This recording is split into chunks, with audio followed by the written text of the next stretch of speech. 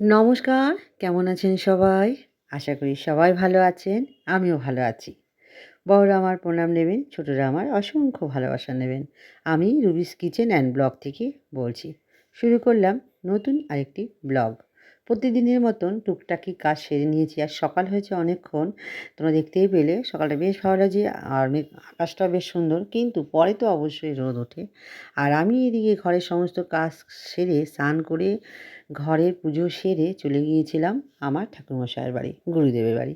সেখানে আমি আজকে স্থির করেছি যে বৈশাখ মাসে না আমি প্রত্যেক মাসেই আমি অমাবস্যায় পুজো করি, কিন্তু এবার ঠিক করা হয়নি বলে শরীরটা ভালো ছিল না।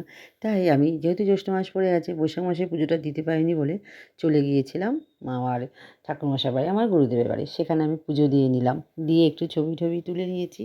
তারপর বাড়ি চলে এসেছি, এসে একটু বসেছি, একটু ভিডিও করব। আর আমার পাশের বাড়ির দিদি আর আমার কর্তা খুব গল্প হচ্ছে, রাজনৈতিক গল্প। তো সেই লক্ষ্মী ভাণ্ডার, অন্নপূর্ণা এসব নিয়ে গল্প। যাই হোক, সেটা তো তোমাদের সাথে শেয়ার করলাম না, এমনিই দেখালাম। মোটেই এই অডিওগুলো ছাড়া যাবে না। কারো রাজনৈতিক গল্প কী থেকে কী হবে, কোথায় কী চলে যাবে, কথা কার কাছে, এই নিয়ে নানান বিপদ হবে, সেই জন্য শেয়ার করিনি। মুখেই অডিওটা তোমাদেরকে বলছি। আর তারপরে আমি যেটা মাখা করে নিয়েছিলাম, আমি আগে থেকেই সব রেডি করে ধুয়ে গেছিলাম এসে নিয়েই খাবো বলে। তবে আমি না ভুল করে পেঁয়াজটা দিয়ে ফেলেছি, কিন্তু আমি আর খেতে পারিনি, ছেলেকে দিয়েছি, হাজব্যান্ড খেয়েছে আর রেখে দিয়েছি। বাপিয়া খাবে আর আমি কালকে খাবো, মানে কালকে বলতে বুধবার। এদিকে আমি রান্না করে নিয়েছি নিরামিষ নিরামিষ তরকারি, মিষ্টি কুমড়ো দিয়ে মিষ্টি কুমড়ো দিয়ে আর লাউয়ের ডগা, মিষ্টি কুমড়োর ডগা দিয়ে সমস্ত কিছু দিয়ে সবজি দিয়ে আমি একটা নিরামিষ রান্না করেছি, নিরামিষ তরকারি। তার সাথে করেছি টক ডাল, উচ্ছে ভাজা। আর এই নিরামিষ তরকারিটা আমাদের বাড়ির সবাই খেতে ভীষণ ভালোবাসে। আর এই তরকারির মধ্যে আমি একটু সর্ষে বাটা দিয়েছিলাম, কাঁচা লঙ্কা সর্ষে বাটা দিয়ে করেছিলাম। সিদ্ধ নিরামিষ তরকারিটা কেটে নিয়ে সিদ্ধ করে তারপর কড়াইতে ফোড়ন দিয়ে নিয়েছিলাম, কালো পাঁচফোড়ন, কাঁচা লঙ্কা, শুকনো লঙ্কা ফোড়ন দিয়ে আদা দিয়ে বসিয়ে নুন হলুদ দিয়ে আর এই সর্ষে বাটাটা দিয়ে আমি নামিয়ে নিয়েছিলাম। তার সাথে করেছিলাম টক ডাল। আর এই রান্নাটা না একদম মানে সেদ্ধ করে নিয়েছিলাম বলে একটু ঢেকে ঢেকে করেছিলাম, মানে বলে তোমাদের বোঝাতে পারবো না। এইরকম করে খাবে, দারুণ লাগবে, দারুণ সেদ্ধ। আর পুরো ঢেকে ঢেকে নিমা নিমা আগুনে করেছিলাম। সুন্দর হয়েছিল। আর নামানোর আগে একটু মিষ্টি দিয়ে নিয়েছিলাম। আর অবশ্যই নিরামিষ তরকারিতে একটু মিষ্টি না দিলে ভালো লাগে না, আমি দিই, একটু মিষ্টি দিই। তো চলো, আর এই যে মাছের মাথাটা দেখছো না, আমারটা নামিয়ে নিয়ে আর এই মাছের মাথাটা দিয়ে নিয়েছিলাম হচ্ছে আমার ছেলে ইলিশ মাছের মাথা দিয়ে খাবে বললো। তো ছেলে ইলিশ মাছের মাথা দিয়ে খাবে বলে আবার আমারটা নিরামিষ রেখে দিয়ে ওর জন্য আবার করলাম এই ইলিশ মাছের মাথা দিয়ে অল্প একটু রান্নাটা। তো খেতে চেয়েছে তো কোনো দিন বলে না, সেই জন্য ওর জন্য আবার অল্প একটু ইলিশ মাছের মাথা দিয়ে করে দিলাম। আমি একটু রেখে দেবো, আবার কালকে খেতে পারবো, বুধবার খেতে পারবো, সেই জন্য একটু করে নিলাম। এই হচ্ছে ইলিশ মাছের মাথা দিয়ে একটা লায়ের মিষ্টি, এটা কী বলে, চাল কুমড়োর ডগা, মুখে আটকে যাচ্ছে। আর আমাদের একটা নিরামিষ। তার সাথে করেছিলাম টক ডাল, উচ্ছে ভাজা, আর পটল ভাজা, এরকম একটা করেছি, মনে নেই। যাই হোক, তোমাদেরকে দেখিয়ে নিয়ে আসো। হ্যাঁ, সাথে চাটনি।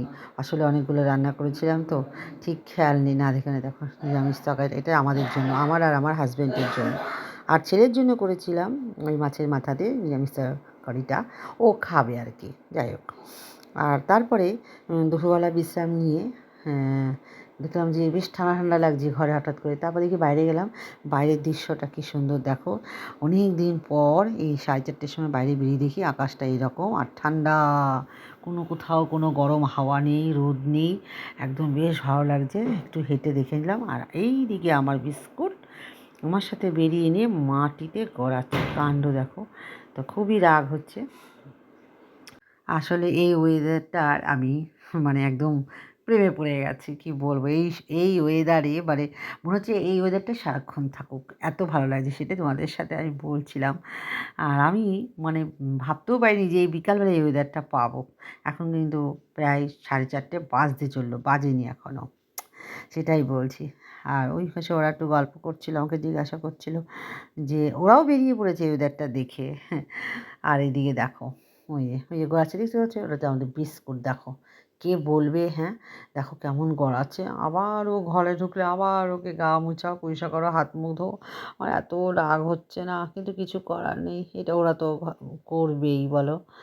তো ওদের যেহেতু ডাক এসেছে, এই সময় ওদের ডাক আসলে ওরা এরকম গড়ায় মাটিতে। তো যাই হোক, করুক। ও দেখো এখন যাবে, ওদিকে ওর গার্লফ্রেন্ড রয়েছে, ওদিকে তাকিয়ে আছে, এখন দেবে ছোট। আর আমি এদিকে ভিডিওটা করে নিয়ে চলে এসেছিলাম ঘরের ভিতরে। এসে আমি ঘরে সন্ধ্যা দিয়ে জামা পরে চলে গিয়েছিলাম হনুমানজি মন্দিরে। আজকে মঙ্গলবার, তো হনুমানজি মন্দিরে গিয়েছিলাম, পুজো দিয়েছি। পুজো বলতে ওখানে দাঁড়িয়ে পুজো দেখলাম। আর ছেলের নামে না পুজো দিয়েছি না মীনাক্ষী, দাঁড়িয়ে ঠাকুরকে প্রণাম করলাম। আসছে মঙ্গলবারে পুজো দেবো, আজকে ঠাকুরকে ভালো করে দর্শন করলাম, করে একটু প্রসাদ খেয়ে আমি আর দিদি হেঁটে হেঁটে চাবি গেট দিয়ে বাড়ি চলে আসবো। তার আগে ঢুকেছিলাম মোর মার্কেটে দুটো জিনিস কিনতে। একজনের ভিডিও দেখে দেখি আমাদের মোর মার্কেটে পাওয়া যায় কিনা, তো এসে দেখলাম না, রেডিমেড এখানে দই বড়া পাওয়া যায় না, যে বড়াটা হয় সেটা এখানে পাওয়া যায় না। আমি একজনের ভিডিও দেখেছিলাম, একজন বলতে এখানে আমি নামটা বলেই দিচ্ছি, প্রবাসী ঘরকন্যাতে আমি দেখেছিলাম, ওনার ভিডিও আমি দেখি, ভীষণ ভালো লাগে, যে রেডিমেড দই বড়া কিনেছে। সেটা দেখি এখানে পাওয়া যায় কিনা খোঁজ করছিলাম, পেলাম না। তো আমি দেখবো এবার জিও স্মার্টে, ওখানেও গিয়ে দেখবো যে পাওয়া যায় কিনা।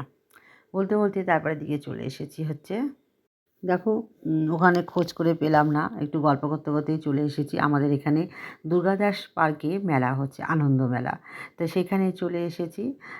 আমি আর দিদি মিলে আন্নাকে বললাম, তো আন্না বললো পরে যাবে। তো আমি আর দিদি যেহেতু ওখান দিয়ে আসছি বলে, তো মেলায় একটু ঢুকলাম। নানা এরকম দোকান দিয়েছে, দেখো বাদাম বাদাম দেখে আমার মেয়ের কথা মনে পড়ে যাচ্ছে। মেলায় আসলে আমার মেয়ে বাদাম কিনবেই, তো আমি আর বাদাম কিনলাম না। ও যদি আসে বা ওর জন্য নিয়ে যাব বাদাম। আর নানা রকম কাপের দোকান, গ্লাসের দোকান, চুড়ি, মালা, কানের, মেয়েদের জিনিস ভ্যারাইটি একদম। আর এদিকে জিলাপিও ভাজছিল, জিলাপিটাও দেখলাম দাঁড়িয়ে থেকে দেখে। জিলাপি ভাজা দেখতে আমার দারুণ লাগে, তা আমি একটু বাচ্চাদের মতো দাঁড়িয়ে দাঁড়িয়ে দেখলাম, আমার খুব ভালো লাগছিলো। তো যাই হোক, আর এদিকে দেখো কত কানের, তা আমি কানের কিনবো একটু দাঁড়িয়ে দেখছিলাম, তো দিদি বলছিল ঘরে না কত কানের, আর কিনলাম না। তাই এত কানের কে পরবে, আর এত ইমিটেশন পরতে পারি না, সোনারই তাই অসুবিধা হয়। যাক কানের কিনিনি, তো আমি কিনেছি একটা ওই পেনদানির মতন একটা কিনেছি, পেনদানি যার মধ্যে চিউনি টুনি রাখতে পারো, ব্রাশ রাখতে পারো, ওই একটা 10 টাকা দামে কিনেছি। দিয়ে হ্যাঁ কি সুন্দর এগুলো দেখো। তারপর দেখো কত সুন্দর কানে, আর ওগুলো না পায়ের তলা ছিল, যেগুলো দেখালাম তোমাকে ওগুলো না পায়ের তলা ছিল। স্টাইল হিসাবে মেয়েরা এক পায়ে পরে, দু পায়ে পরে।